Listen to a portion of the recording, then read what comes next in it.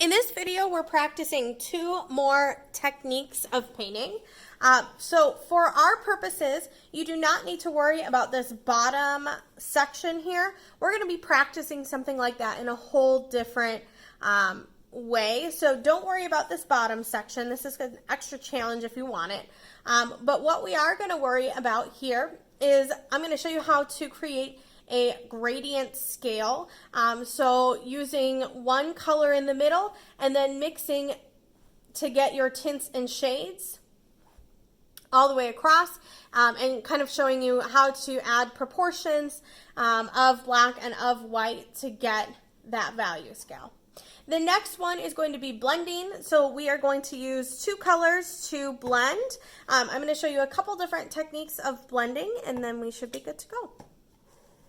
All right, so the first one is going to be you're creating a monochromatic value scale.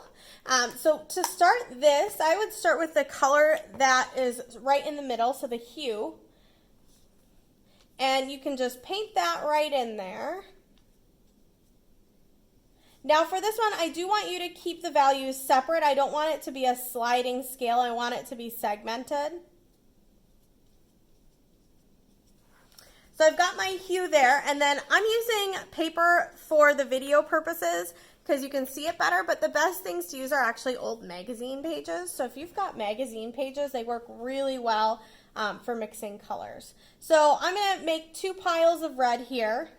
One is going to be for my tints, and one is going to be for my shades. So one is going to be for my lighter stuff, and one is going to be for my darker.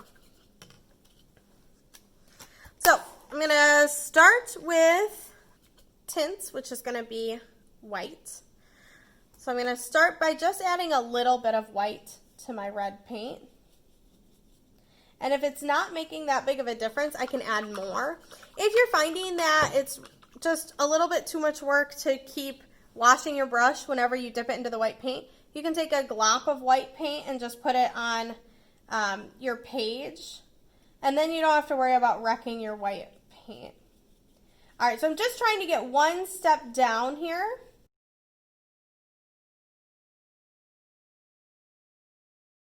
And then I'm going to start adding a little bit more white to get the next value.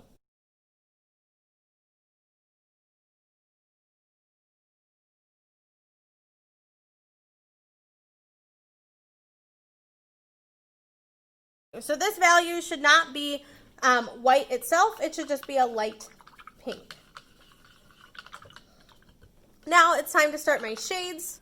So I'm going to take this separate pile of red, and I'm just going to add a teeny tiny bit of black. Remember that black goes a long way in acrylic paint.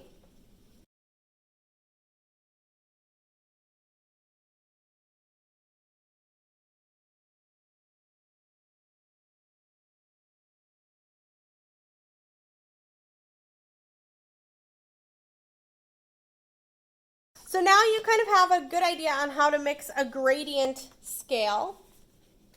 Now we're going to be working on how to blend nicely all the way through, so from red to yellow.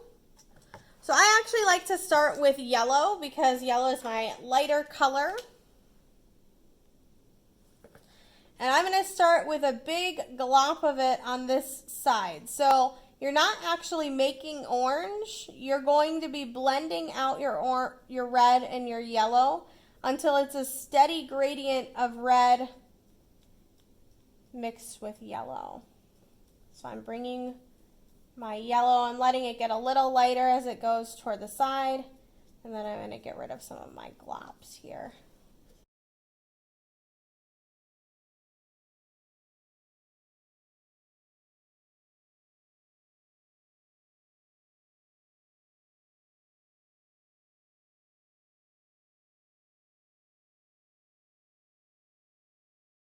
Now I'm going to start working my red toward my yellow.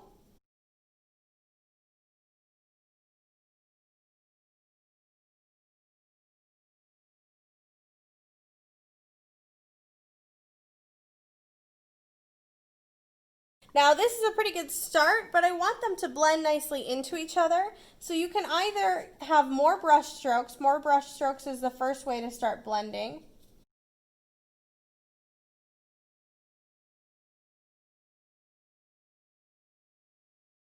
The next way to start blending is you can also stipple. It's called stippling. And it's where you're dotting the color in.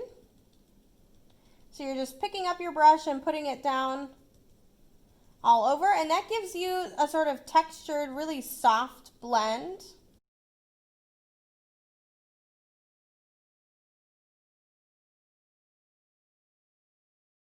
And I like to blend with a clean brush when I already have all the paint that I want and I just need to blend the two together.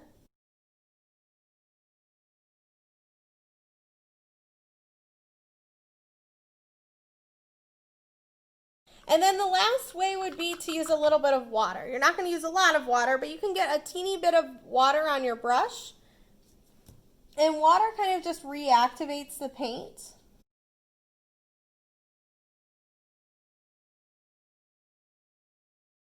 And your goal is to have a really soft gradient from yellow to orange to red, so it should blend really nicely all the way from peach.